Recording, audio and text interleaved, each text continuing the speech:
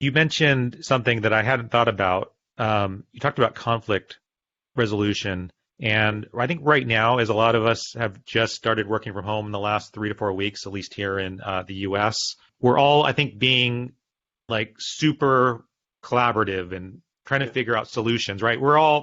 But this is like the first month, right? Hmm. But like you said, as this progresses and life happens and campaigns and projects happen, there's going to be conflict. It's just part of life. You're going to disagree on ways to go. And we're going to have to figure out like how to manage those conflicts. And I was wondering, as you have consulted and worked with different companies, what are some strategies, some things that leaders, teams can be doing to help to resolve those conflicts in a an efficient way? One of the most important things, especially for virtually, is to over communicate because you right now you're used to communicating less because a lot of communication can take place through casual office chit chat conversations, stop by, talk about things, but you need to communicate much more in a virtual setting to actually address problems. So that's one thing about communicating. The other thing about communicating that you want to be thinking about is tone. Tone is very easy to read in personal person-to-person conversations, but it's much harder to read in textual conversations where much more of your communication is going to be happening.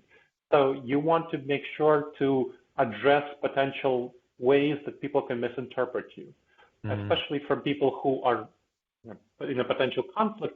They are more likely to read your words from a more hostile perspective. Not intentionally so, but it's just how they will feel, their gut reactions. So you want to make sure to revise your emails, your communications of various sorts, Slack messages, whatever, to make sure they're as positive and as collaborative as possible.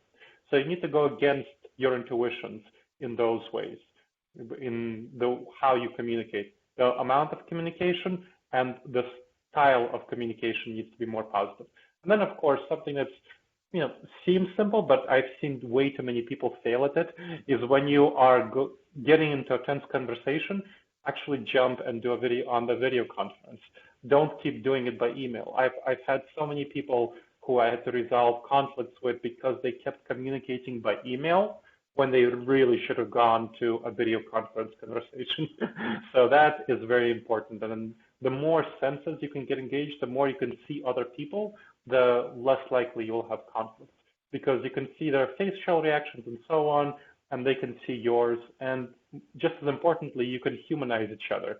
You can show them that you're a human being. You can remind them that you're a human being.